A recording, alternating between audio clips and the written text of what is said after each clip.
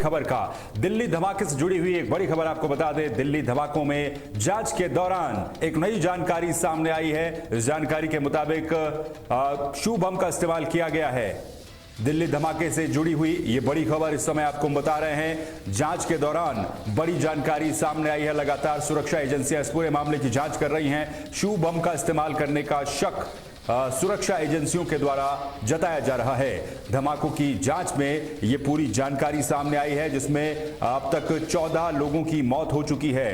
दिल्ली के लाल किले के पास ये धमाका हुआ था और इस धमाके से जुड़ी हुई ये बड़ी खबर इस समय सामने आ रही है। शू बम का इस्तेमाल किया गया है, जिसको जूता बम भी कहा जाता है। इसका इस्तेमाल करके इस धमाके को अंजाम दिया गया है। फिलहाल जांच एजेंसियों के सूत्रों के हवाले से ये खबर सामने आ रही है। जो इस पूरे मामले में फिदायीन हमलावर था डॉक्टर उमर, उसने शायद शू बम का इस्तेमाल करके इस धमाके को अंजाम दिया।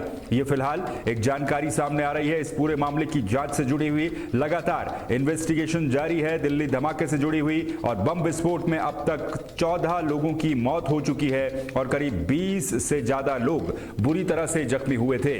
तो ये बड़ी जानकारी सामने आ रही है। लाल किले के पास 10 नवंबर को हुए इस धमाके से जुड़ी हुई ये बड़ी जानकारी और बड़ी अपडेट इस समय हम आपको बता रहे हैं। इन्वेस्टिगेशन लगातार सुरक्षा एजेंसियों के द्वारा की जा रही है और इस पूरे नेटवर्क का भंडाफोड़ भी किया गया। इस पूरे मॉड्यूल का पर्दाफाश सुरक्षा एजेंसियों के द्वारा किया गया। लेकिन इस धमाके से जुड़ी हुई जो जानकारी सामने आ रही है, उसके मुताबिक शू बम का इस्तेमाल करने की आशंका फिलहाल जताई जा रही है, क्योंकि जिस तरीके से धमाका हुआ और धमाके के बाद आसपास खड़ी जितनी भी गाड़ियां है वो बुरी तरह से क्षतिग्रस्त हो गई थी। काफी दूर तक इस धमाके का इंपैक्ट था और अभी फिलहाल इस मामले से जुड़ी हुई एक बड़ी जानकारी ये सामने आ रही है कि सुरक्षा एजेंसियों को यह संदेह है कि इस पूरे धमाके को अंजाम देने के लिए जो डॉक्टर उमर, जो फिदायीन हमलावर था, उसने शू बम यानी कि जूता बम का इस्तेमाल किया है।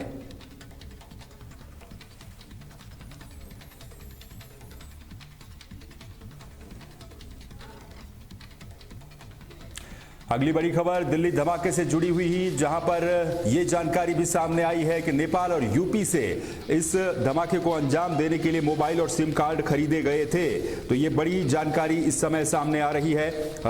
इस साजिश में बड़ा खुलासा फिलहाल सामने आ रहा है, जिसमें 6 पुराने मोबाइल फोन खरीदे गए थे। और दिल्ली धमाके से जुड़ी हुई ये एक और बड़ी खबर इस समय आपको बता रहे हैं हम।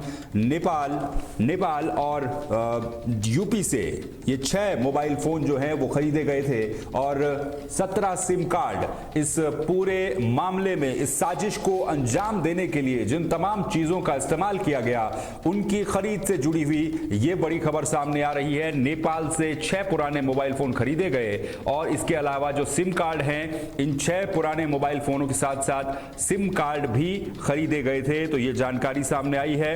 जो 17 सिम कार्ड हैं, इनको उत्तर प्रदेश से खरीदा गया। धमाके को अंजाम देने के लिए जिन मोबाइल फोन और सिम कार्ड का इस्तेमाल किया गया, उसे यूपी के कानपुर और पड़ोसी मुल्क नेपाल से खरीदा गया है।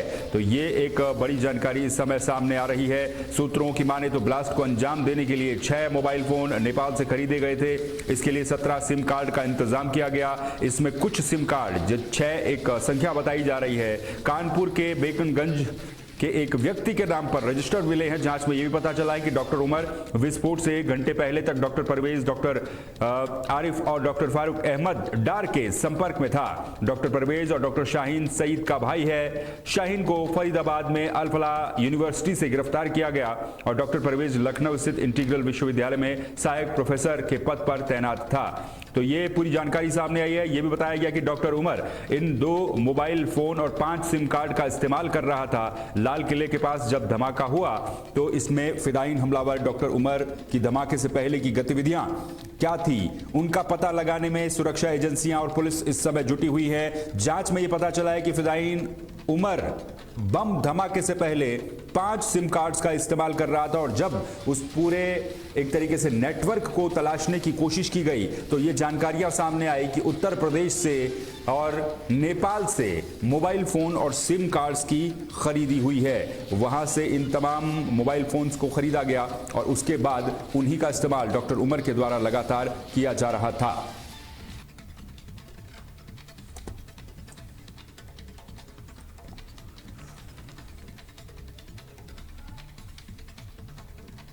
उत्तराखंड से बड़ी खबर सामने आ रही है पंचायत उपचुनाव को लेकर के। उत्तराखंड में त्रिस्तरीय पंचायत उपचुनाव इस दौरान चल रहे हैं और त्रिस्तरीय पंचायत उपचुनाव को लेकर के बड़ी अपडेट यह है कि लगभग 27,000 निर्विरोध प्रत्याशी निर्वाचित हो चुके हैं। उपचुनाव में 27,221 निर्विरोध निर्वाचित हो चुके हैं अब तक और 321 पदों पर उत्तराखंड में पंचायत का उपचुनाव हो रहा है। कुछ समय पहले पंचायत चुनाव हुए थे। 2,266 प्रत्याशी उपचुनाव के मैदान में हैं। इसके अलावा 32,985 पदों पर उपचुनाव की अधिसूचना जारी हुई थी। उत्तराखंड पंचायत चुनाव से जुड़ी हुई ये बड़ी खबर इस समय आपको हम बता रहे हैं, जहां पर पंचायत उपचुनाव में अभी तक 27,221 जो प्रत्याशी हैं वो निर्विरोध ही निर्वाचित हो चुके हैं। इसमें ग्राम पंचायत सदस्य भी शामिल है, ज्यादातर ग्राम पंचायत के सदस्य शामिल हैं और इसके अलावा ग्राम प्रधान, क्षेत्र पंचायत और जिला पंचायत के पदों पर इस समय उपचुनाव चल रहा है उत्तराखंड में पंचायत का। और इस उपचुनाव में 27,000 के आसपास निर्वाचित हो चुके हैं। तो ग्राम प्रधान, क्षेत्र पंचायत और जिला पंचायत के 321 पदों पर उपचुनाव चल रहा है। इसमें 2,266 प्रत्याशी उपचुनाव के मैदान में हैं।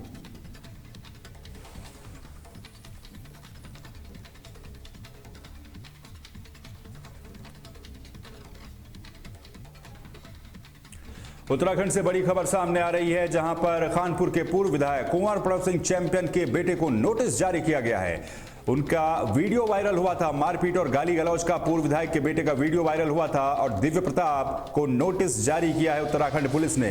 3 दिन के भीतर जांच में शामिल होने को कहा गया है। कुंवर प्रणव सिंह चैंपियन के बेटे का एक वीडियो वायरल हुआ था, ये आप तस्वीरों में भी देख सकते हैं, जिसमें मारपीट और गाली गलौज कुंवर प्रणव सिंह चैंपियन के बेटे के द्वारा की गई थी कुछ लोगों के साथ और उसके बाद इस मामले का संज्ञान लिया गया है। फिलहाल उत्तराखंड पुलिस ने नोटिस जो है वो जारी कर दिया है और नोटिस जारी करके ये कहा गया है कि 3 दिन के भीतर जांच में शामिल कुंवर प्रणव सिंह चैंपियन के बेटे को होना होगा।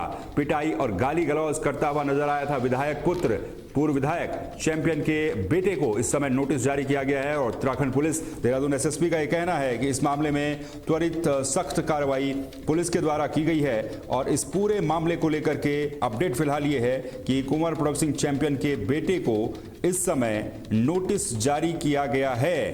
हाथ में पिस्टल और पिटाई करता दिखा था पूर्व विधायक चैंपियन का बेटा। वीडियो वायरल होने के बाद ये नोटिस जारी हुआ है। 14 नवंबर रात राजपुर रोड की घटना यह है, मसूरी डाइवर्जन के पास ये घटना हुई थी। इस घटना के दौरान कुंवर प्रणव सिंह चैंपियन के बेटे दिव्य प्रताप का वीडियो सामने आया, जिसमें देखा जा सकता है कि वो और उनका गनर सड़क पर पिस्टल हाथ में लिए शख्स की पिटाई कर रहे हैं।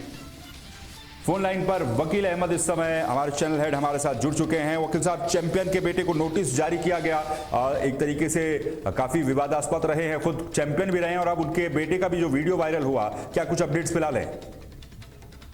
देखिए दिग्विजय, इस परिवार के लिए ये इन सब इस तरीके की घटनाएं को लेकर चर्चा में आना कोई नई बात नहीं है। पहले जो है ना पूर्व विधायक के कई वीडियो इस तरीके के वायरल हो चुके हैं और कई मामले भी सामने आ चुके हैं और जाहिर सी बात है जब जो है ना बेटा इस काम को कर रहा है तो विधायक बेटे के ऊपर अगर कोई बात ये कही जाए तो वो बिल्कुल गलत नहीं होगी।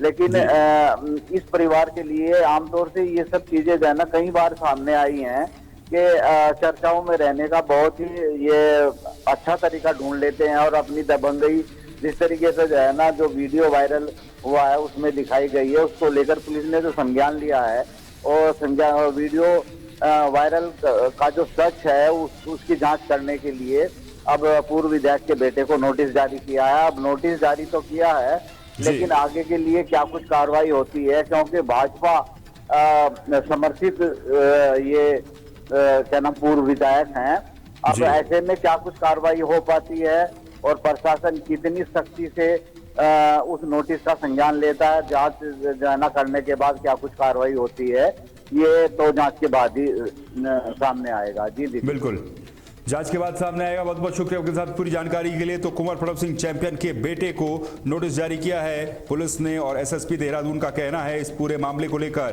कि 3 दिन के भीतर जांच में शामिल होने को कहा गया है। एसएसपी अजय सिंह ने बताया कि मुख्य आरोपी दिव्य प्रताप को नोटिस जारी करके 3 दिन के भीतर जांच में शामिल होने को कहा गया है। पिटाई और गाली गलौज करते नजर आए थे और आपराधिक बल प्रयोग करने समेत 2 धाराएं इसमें जोड़ी गई है। मौके पर जिन हथियारों का प्रदर्शन किया जा रहा था उनके लाइसेंस निरस्त करने के लिए जिलाधिकारी को भी लिखा गया है। इस मामले में शामिल पुलिसकर्मी यानी कि जो गनर है उसी दिन हरिद्वार एसएसपी के आदेश पर गनर को भी निलंबित कर दिया गया था। एसएसपी ने बताया कि घटना के बाद शुरुआती तथ्यों के आधार पर प्राथमिकी दर्ज कर ली गई है। बाद में सीसीटीवी के आधार पर गाड़ी के नंबर से आरोपियों का पता लगाया गया था। जिस बोलेरो कार ने दूसरी कार को ओवरटेक किया, जिसको आप तस्वीरों में देख रहे हैं, वो सरकारी नहीं बल्कि एक निजी गाड़ी थी और उसे सीज किया जा चुका है। उस पर हूटर लगा हुआ था, जिस वजह से ये कानूनी कार्रवाई भी की गई है।